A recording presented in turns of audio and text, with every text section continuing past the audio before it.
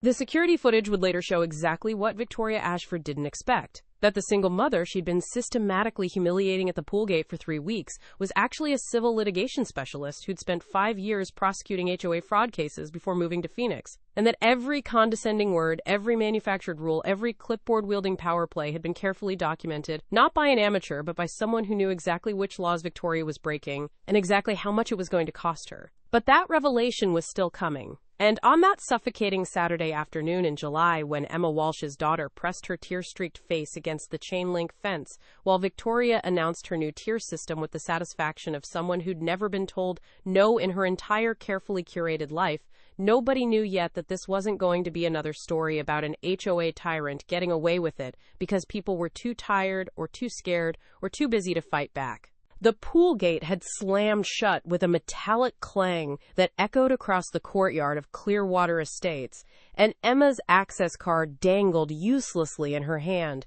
rejected by the keypad that had worked perfectly fine for 18 months, until apparently this morning, when Victoria decided to reprogram the entire system without telling anyone. "I'm afraid there's been a change to the pool policy," Victoria said from her first-floor balcony perch, her platinum blonde hair pulled into a severe bun that matched her severe expression, her crisp, white linen outfit somehow immune to the 94-degree heat that was making everyone else look like they'd been dipped in water.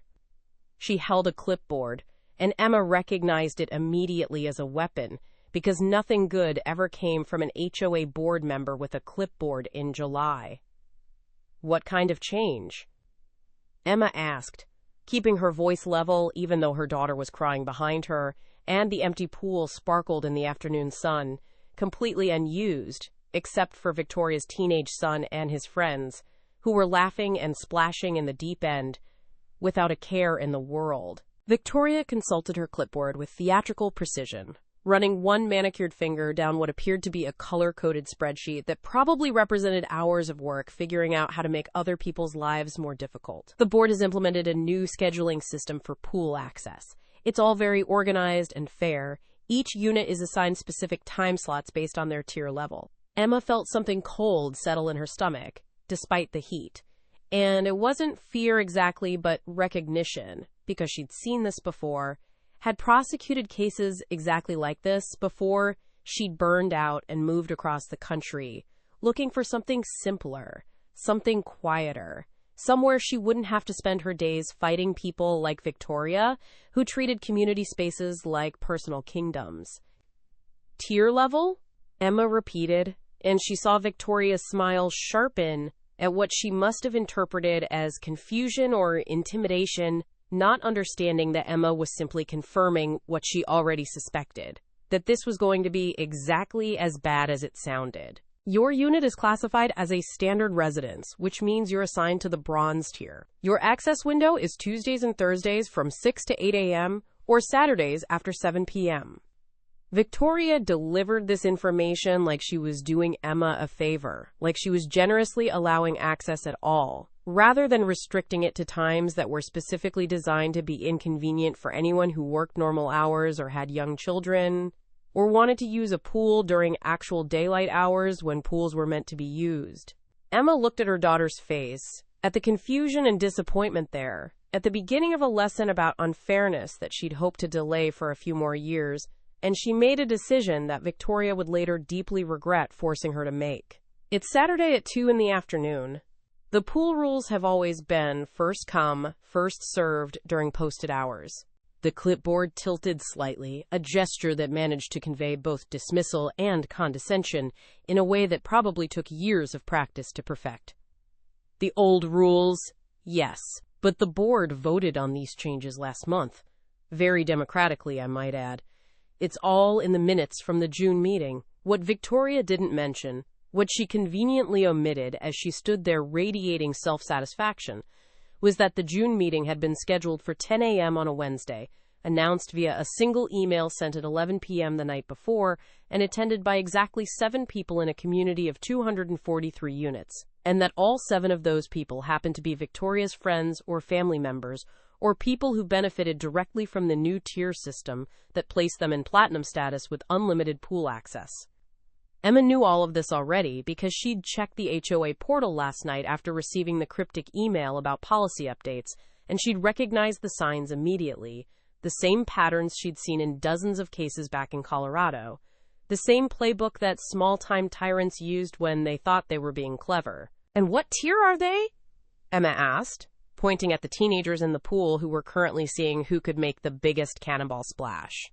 Victoria's expression hardened just slightly, a crack in the veneer. "Platinum tier residents have access during prime hours. It's based on property value and HOA contribution levels. Surely you understand that those who invest more in the community should have priority access to premium amenities."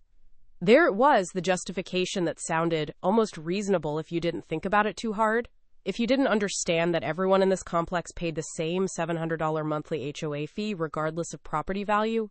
If you didn't recognize that investment in community was code for people Victoria likes, and that the whole system was designed to create exactly the kind of segregated access that violated fair housing principles and probably half a dozen clauses in the community's own governing documents. Emma took a breath, smiled the smile she'd perfected in depositions and settlement negotiations, the one that said she knew more than she was saying. "I'd like to see the meeting minutes and the vote count." Something flickered in Victoria's eyes, surprise maybe, or the first hint of concern that this wasn't going to be as easy as she'd expected. "They're available on the HOA portal. You do know how to access the portal, don't you?" The condescension was no longer subtle, and Emma saw what Victoria was doing, trying to make her feel stupid, trying to make her feel like the problem was Emma's ignorance rather than Victoria's overreach, trying to establish dominance through small humiliations that accumulated over time until people just gave up and accepted whatever rules were imposed on them. "I do," Emma said pleasantly. "Thank you, Victoria. Come on, sweetie." She took her daughter's hand and walked away, feeling Victoria's gaze on her back like a target. And she knew that Victoria was probably feeling triumphant right now, probably thinking she'd won another small battle in her ongoing campaign to turn Clearwater Estates into her personal domain, probably already planning her next policy change or restriction or rule that would make life just a little bit harder for people she deemed unworthy of platinum tier status. What Victoria didn't know, couldn't know, was that Emma had spent the last 3 weeks deliberately letting herself be seen as just another single mother who could be pushed around, had deliberately played confused and intimidated, had deliberately let Victoria think she was winning, all while documenting every interaction, every rule change, every violation of proper procedure, building a case the way she'd built dozens of cases before. That night, after her daughter was finally asleep, Emma sat at her kitchen table with her laptop and pulled up the HOA documents she'd already analyzed thoroughly, but now examined with fresh purpose. Seeing them not as a frustrated resident, but as a civil litigation specialist who knew exactly what she was looking at, the June meeting minutes were there, buried in a subfolder labeled Archived Correspondence, and they confirmed what she'd suspected. 7 attendees, unanimous vote, immediate implementation, no notification period, no discussion of the legality or fairness of creating a tier system that would restrict 3/4 of the community from using amenities they paid for.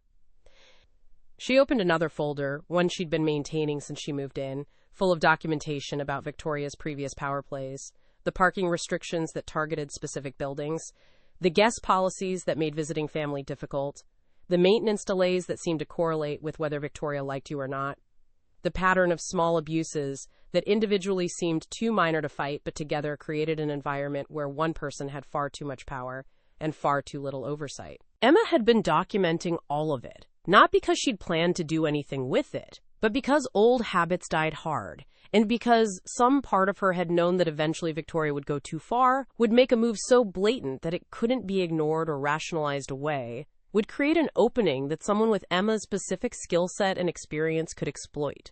The pool policy was that opening, and Victoria had no idea what was coming.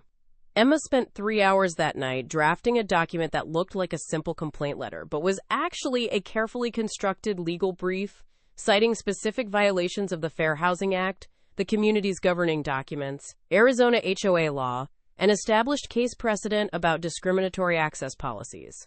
She didn't send it yet, because the first rule of litigation was to never show your full hand until you needed to, but having it ready felt good, felt like reclaiming some power in a situation designed to make her feel powerless. The next morning, Emma knocked on the door of Unit 147, where Margaret Fletcher lived, a retired civil rights attorney who'd moved to Phoenix 5 years ago and who Emma had been carefully cultivating a friendship with over the past month, helping with groceries, chatting about gardening, building trust with someone whose legal expertise and community connections might eventually prove useful. Margaret opened the door in a gardening apron, dirt on her hands, bright eyes that missed nothing. "Emma," she said, and there was something knowing in her tone, like she'd been waiting for this conversation. "I heard about yesterday.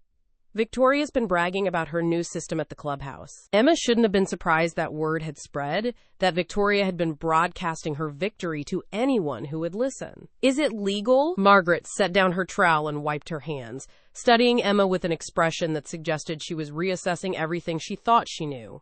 "Depends. HOAs have broad authority to make rules, but those rules can't be arbitrary or discriminatory, and they have to follow proper procedure for implementation." Did Victoria follow procedure? Emma pulled out her phone, showed Margaret the screenshots she'd taken of the meeting minutes, the tier assignments, the access schedule. Watching as the older woman's expression shifted from interested to annoyed to something that looked almost gleeful. "This is a sham meeting," Margaret said finally. "Your CC&Rs require 14 days notice for policy votes and define quorum as 20% of homeowners or their proxies." She had 7 people in a community of 243 units. That's less than 3%. This policy isn't just unfair, Emma. It's not legally valid. Emma had known this already, had confirmed it 3 times over, but hearing it from Margaret made it real in a way that mattered. "So what do I do?" Margaret smiled, and it was the kind of smile that suggested she'd been bored in retirement and was grateful for something interesting to do. "You fight back. Properly. How many people are affected by this?" Emma had done the math. Based on the tier list, about 180 units are bronze or gold tier with restricted access. Platinum tier is about 60 units, all Victoria's friends and allies. Margaret's smile widened. "That's a lot of angry neighbors." Victoria made a tactical error. She got greedy. If she'd been subtle about it, limited restrictions to a handful of people, she might have gotten away with it. But she created a system that punishes 3/4 of the community. People will notice. They probably already have. She was right, and over the next 2 days, Emma's mailbox filled with notes from neighbors, some angry, some confused, some resigned in a way that was almost worse because it showed how worn down they'd become. A nurse from Building C who worked night shifts and could only swim with her kids on weekend afternoons. A retired veteran from Building F who used the pool for physical therapy every day and couldn't manage the early morning bronze tier hours. A family from Building D who'd specifically bought their home for pool access and now felt scammed. Emma collected every note, documented every complaint, cross-referenced them with the tier assignments, and found patterns that made Victoria's discrimination even more obvious. Assignments that seemed designed to target specific people, specific families, specific demographics that didn't fit whatever vision Victoria had for her perfect platinum tier community. She started making calls, quiet conversations with neighbors she barely knew, feeling out who might be willing to fight, who might show up if there was a meeting, who might vote if there was an election, building a coalition the way she'd built cases, carefully and methodically and with clear strategic purpose. Margaret helped, her legal mind still sharp, her network still extensive, her knowledge of HOA law in Arizona comprehensive enough that she could cite chapter and verse about what Victoria had done wrong and what could be done about it. They discovered that Victoria had pulled similar stunts before, always careful to stay just barely within technical bounds of HOA authority, always targeting people who were too busy or too intimidated to fight back effectively, always accumulating a little more power, a little more control, until the HOA board was essentially her personal instrument and the community lived under her rules rather than any kind of democratic governance. But this time was different, because this time she'd pushed someone who knew exactly how to push back, and who had access to someone like Margaret, who knew even more, and who, together, were building something that Victoria wouldn't see coming until it was too late. Emma called a neighborhood meeting, not through official HOA channels that Victoria controlled, but through door-to-door conversations and simple flyers that Margaret helped distribute, holding it at the public park adjacent to the neighborhood, outside HOA jurisdiction, on a Tuesday evening when the heat had finally broken enough to make being outside bearable.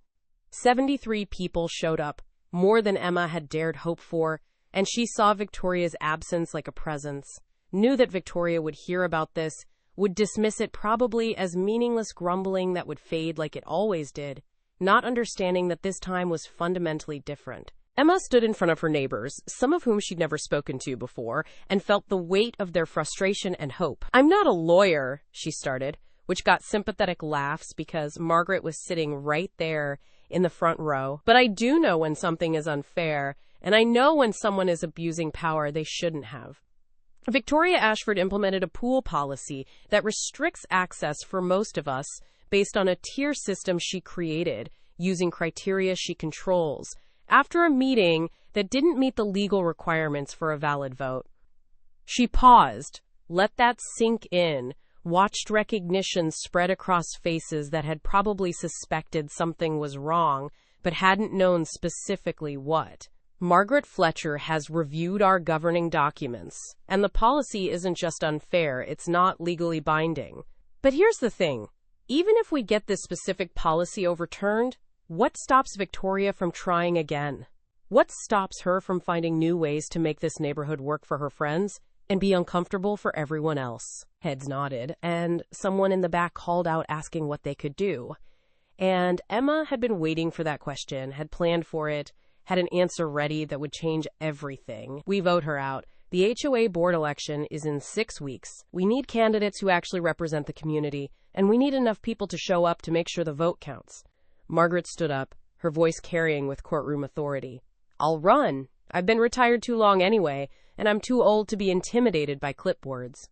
The laugh that rippled through the crowd felt like momentum, and 3 more people volunteered immediately, good candidates with relevant skills and genuine interest in making the community function better, and Emma felt something shift, felt the beginning of real change rather than just symbolic resistance. The meeting lasted 2 hours. And by the end, they had a campaign plan, a communication strategy, a list of volunteers, a vision for what Clearwater Estates could be if it was actually run by people who cared about community rather than control. Emma drove home that night feeling something she hadn't felt in 3 years, not since she'd burned out on HOA litigation and walked away from her practice, the satisfaction of using her skills for something that mattered, of fighting a fight she knew how to win, of seeing a path from injustice to accountability that was clear and achievable and worth the effort. The next morning, Victoria hand-delivered a formal letter to Emma's door, arriving at 8 a.m. in full makeup and another perfect outfit, her smile triumphant as she handed over an envelope that contained a $500 fine for unauthorized use of HOA intellectual property, specifically the meeting minutes and tier assignments Emma had shared with neighbors, plus a notice that she was being investigated for creating discord and undermining board authority, which could result in additional fines or even a lien on her property. Victoria stood on Emma's doorstep, radiating satisfaction, clearly expecting shock or fear or capitulation.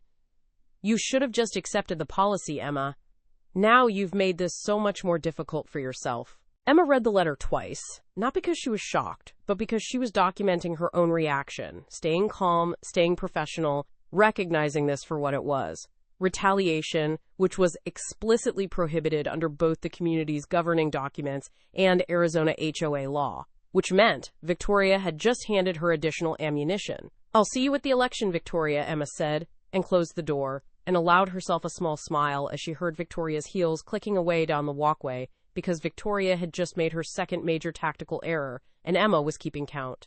Margaret made a phone call that afternoon to a former colleague who now worked with a nonprofit legal aid organization specializing in HOA disputes, and by the end of the week, Emma had representation pro bono, and Victoria's fine letter had been formally challenged as retaliatory and without legal basis, with a counterclaim for harassment and violation of free speech rights that turned Victoria's attack into a liability.